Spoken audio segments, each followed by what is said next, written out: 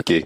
Vitaly Sizov, Freedom TV channel. Maybe you know some updates on peace negotiation between Ukraine, United States and EU, because the representative of United States, he published a tweet that some security advisors from some EU country participated in discussion. And could you clarify what's the level of this discussion and how you assessed this dialogue in Miami? Thank you. Many thanks, Vitaly. I hand the floor over to Anouar.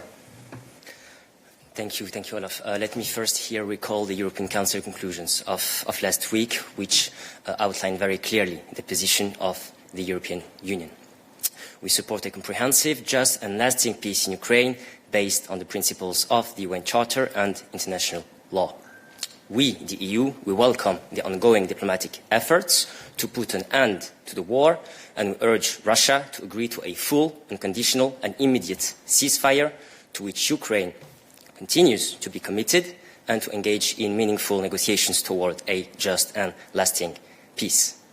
The EU and its member states will continue to actively participate in peace efforts in accordance with our aim as EU to promote peace as enshrined in the treaties. Now, in terms of the talks that you have been mentioning, we have always been welcoming peace effort, and we will continue to do so. Both the EU and its member states are committed to actively participate in any effort to reach sustainable peace in Ukraine. We will remain in our coordination with member states on their bilateral contacts to this end. And I will recall here the focus that we have in terms of our plan, 2 points: supporting Ukraine and pressuring Russia to bring it at the negotiating table.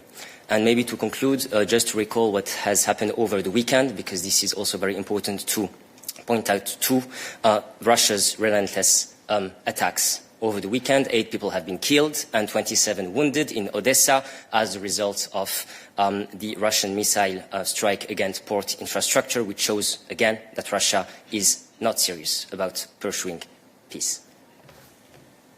Thank you for this comprehensive answer, Anouar. Vitaly, follow up.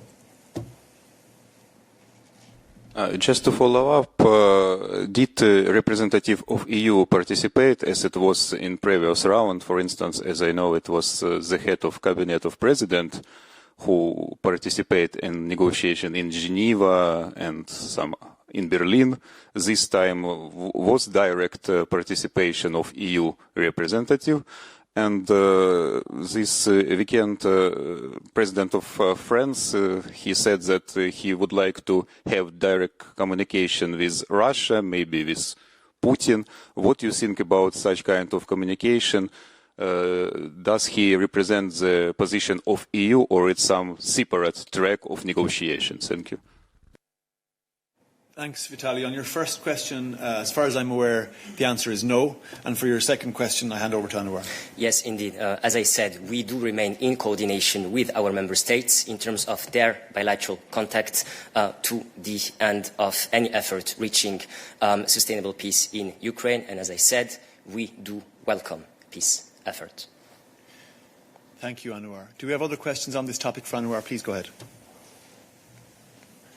Just to follow up on the same topic, Tatiana Vysotska, European Pravda Ukraine, there were reports in the media that EU representatives were present in Florida.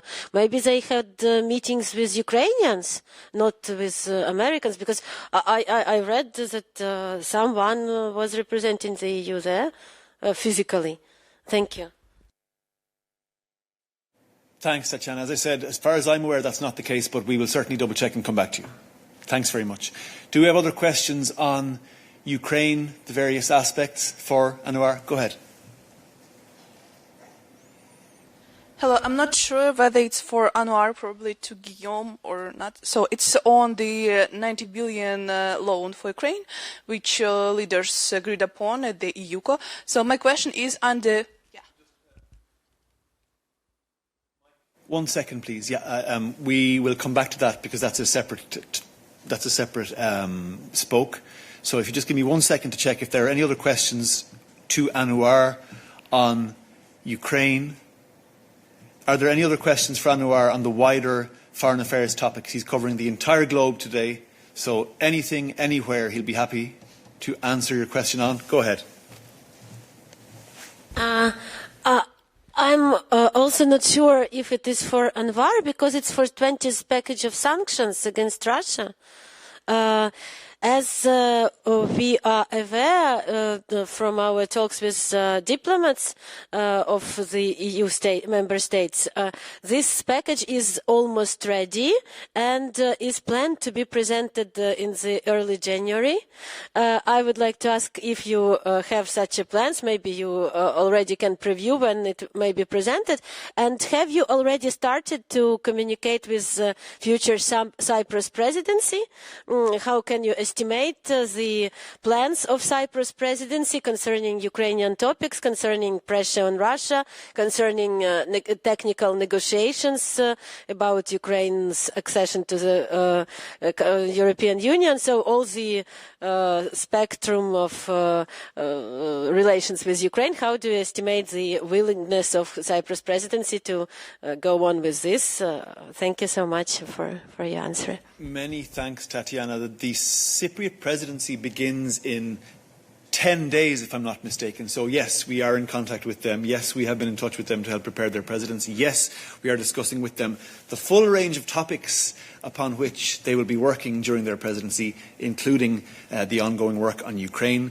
As regards the 20th sanctions package, as you know very well, we don't comment on future packages while they're still under discussion, except to say that we are working very closely with our member states to make sure that we take all the necessary steps that we can take as a European Union to hinder Russia's ability to wage its cruel, barbaric, illegal and unjustified war of aggression.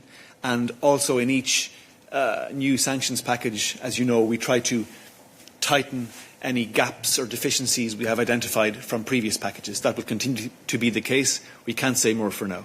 So we look forward to talking to you about it more in the new year. Any other questions on Ukraine for Anouar, or any other foreign affairs questions for Anouar? Tommaso, go for it.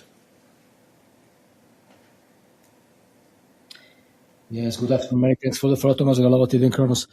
It's just about what President Macron said, that he said that it's time to restart to talk to Russia.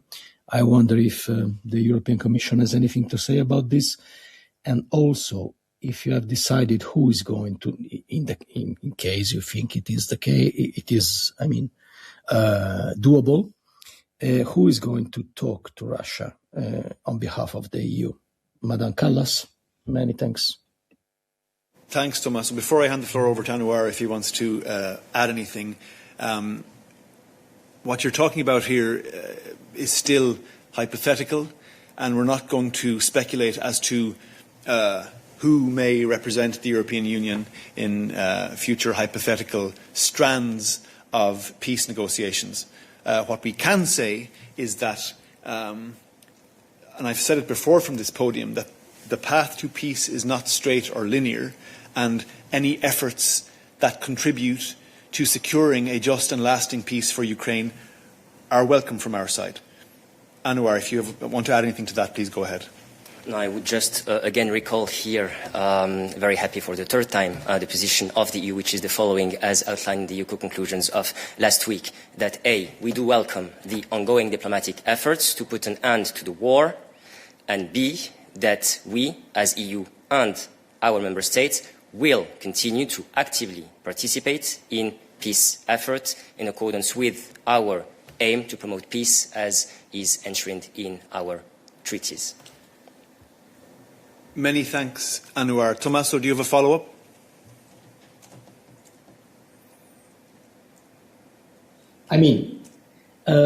No, but...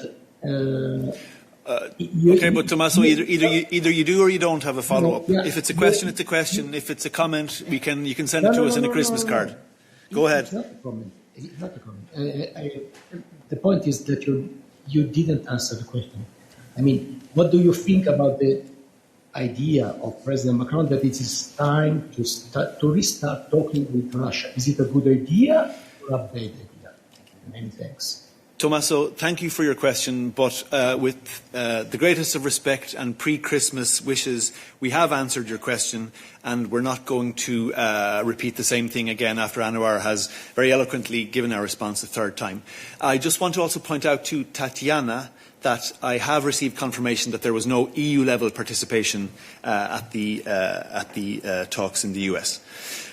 Okay, I see a question from Eddie. Is it for us on this topic, Eddie? Yes, it is. Then, Eddie, I invite you to proceed, and I find it wonderful that in spite of your media declaring that we have banned you and that you're on our enemy list, you are magically, miraculously here talking to us. We're very happy to see you and answer all your questions, as we always are. Please proceed. Well, that's very kind of you. It's not hypothetical that Macron has said that he thinks Europeans should talk to Moscow. And it's not hypothetical either that Callas has stated that there's no point in engaging with Moscow because there's no sign from that side that they want to have peace. So how does the European Commission square that circle? Thanks, Eddie. I'll hand over to Anouar in case he has anything else to say.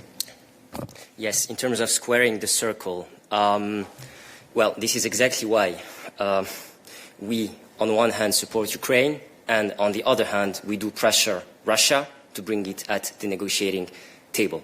And that's also why, to square the other circle of the sanctions that your colleague has raised a few seconds ago, that in light of such, we will continue putting pressure on Russia, notably through further sanctions, to bring it to the negotiation table. And I'm also happy to look back here, since that's the last midday of the year, to put some perspective on our sanctions policy vis-à-vis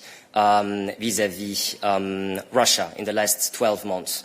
5 packages of sanctions showing the unity of the member states in continuously applying pressure for Russia to stop its war of aggression against Ukraine. And no later than actually today, we have renewed sanctions against Russia for further 6 months until the 31st of July 2026, which shows what? That we do keep on working on measures to deprive Russia of the funds, goods and technologies sustaining its war against Ukraine, which obviously also includes the 20th package for which work is ongoing. So we continue to put our pressure on Russia, and this is how we square the circle that you have mentioned, dear Eddie. Thanks very much, Anouar. Ladies and gentlemen, we're told that there is some echoes when you hear the interventions online. We're sorry about that. We'll try our best to fix the technical aspects, and if not, if I could just ask everyone to speak extra slowly in case it makes a difference. So we'll do our best, and thank you for flagging that, Virginie and others. Eddie, you have a follow-up. Sorry for the echo. Must be something wrong with my voice. Anouar, I don't think you actually answered my question. You talked about the EU strategy of putting pressure on Russia, but that is not a clear answer to the question of should the EU engage with Moscow now directly? Yes or no? Thanks. Eddie, I repeat, it's wonderful to have you here in spite of the fictional ban and enemy list that you're apparently on. Thank you for your questions. Anouar has given the answer we're going to give, and with that we will repeat our request to see if there are any other questions to Anouar on other foreign affairs topics. Go ahead.